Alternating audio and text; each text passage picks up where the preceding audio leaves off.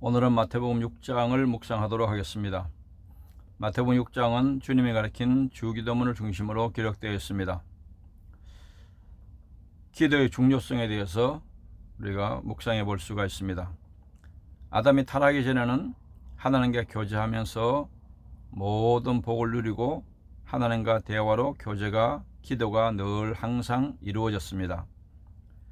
그런데 타락한 후에 죄로 말미암아 하나님과 교제가 끊어지고 이제 기도할 수가 없게 되었습니다.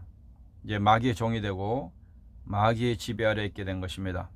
그래서 기도해도 하나님께 상달되지 않고 중간에서 마귀가 다 차단하게 됩니다. 그런데 예수님께서 오셔서 십자가에서 우리 모든 죄를 해결하시고 중보자로서 하나님과 우리 사이에 만남의 길을 열어주심으로 말미암아 다시 하나님과 교제하고 기도할 수 있는 길이 열려지게 된 것입니다.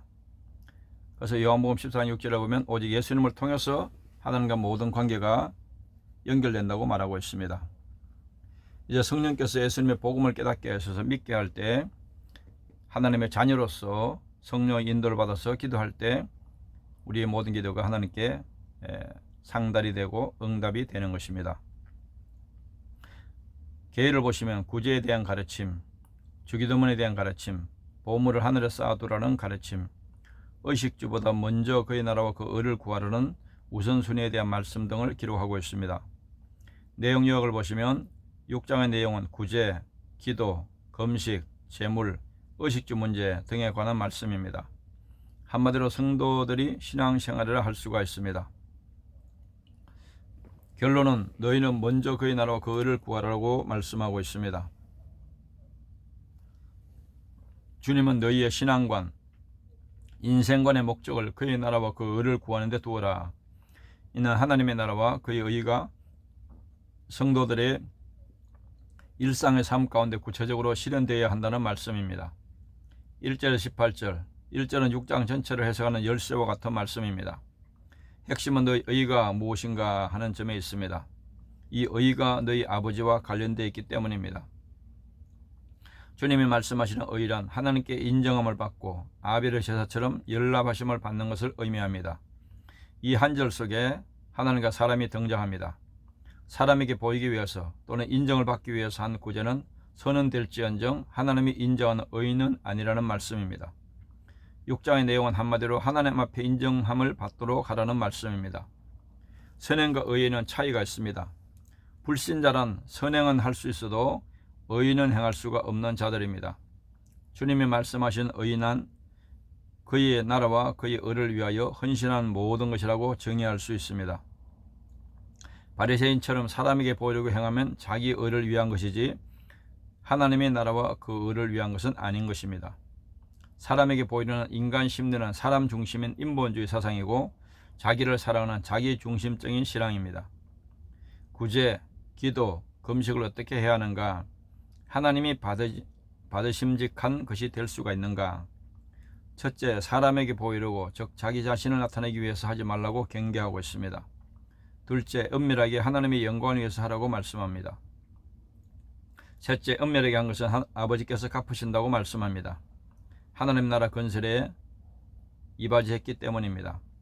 넷째, 이미 상을 받았기 때문에 하나님께 인정을 받지 못한다고 말씀하십니다. 5절부터 바른 기도 자세를 가르쳐 주십니다. 먼저 하나님의 영광을 위해서 기도하라고 말씀합니다. 하나님 아버지의 이름, 하나님의 명예를 위한 기도입니다. 둘째, 하나님의 나라를 위한 기도입니다. 나라는 통치를 의미합니다.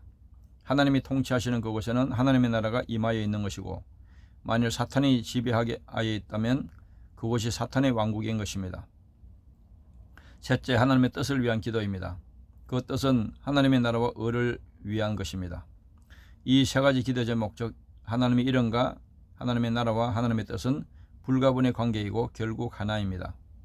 16절은 금식에 바른 자세를 가르쳐 주십니다. 주님이 구제, 기도, 금식에 관해 말씀하시는 것은 외식하는 자들이 사람에게 보이기 위해서 가장 많이 행하는 것이기 때문입니다. 주님이 고치고자 하는 것은 그 목적과 동기가 잘못되어 있다는 것입니다. 19절 34절 중심은 한 사람이 두 주인을 섬길 수 없다는 데 있습니다. 두 주인은 누구인가? 두 주인이라는 주제를 성경 전체적인 문맥으로 본다면 두 주체인 하나님의 통치에 있느냐 사탄의 지배 아래 있느냐로 기결이 되기 때문입니다. 두 조의는 결국 하나님 중심이냐 자기 중심이냐. 자기 중심인 것은 결국 사탄의 종인 것입니다.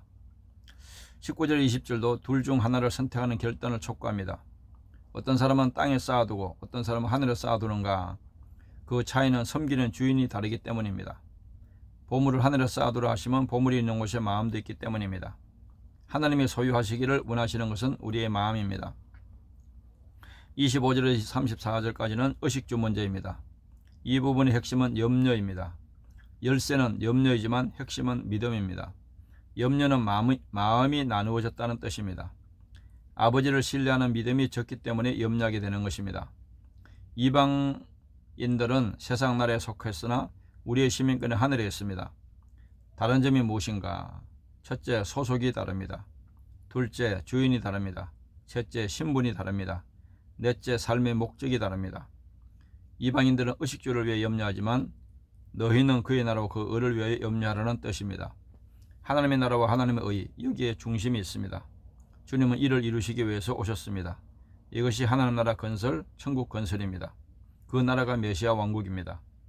그리스도의 삶의 목적도 여기에 두어야 한다는 것입니다. 적용과 나눔. 구원받은 천국 백성의 삶은 참된 경건의 삶을 실천하는 것입니다. 또 천국 백성은 먼저 그의 나라와 그 의를 위해 기도하는 생활을 통해 가능해지는 것입니다. 또 천국 백성은 의식주의 모든 문제를 주님께 맡기고 말씀에 순종하는 삶을 말합니다. 오늘 여기까지 묵상하도록 하겠습니다. 감사합니다.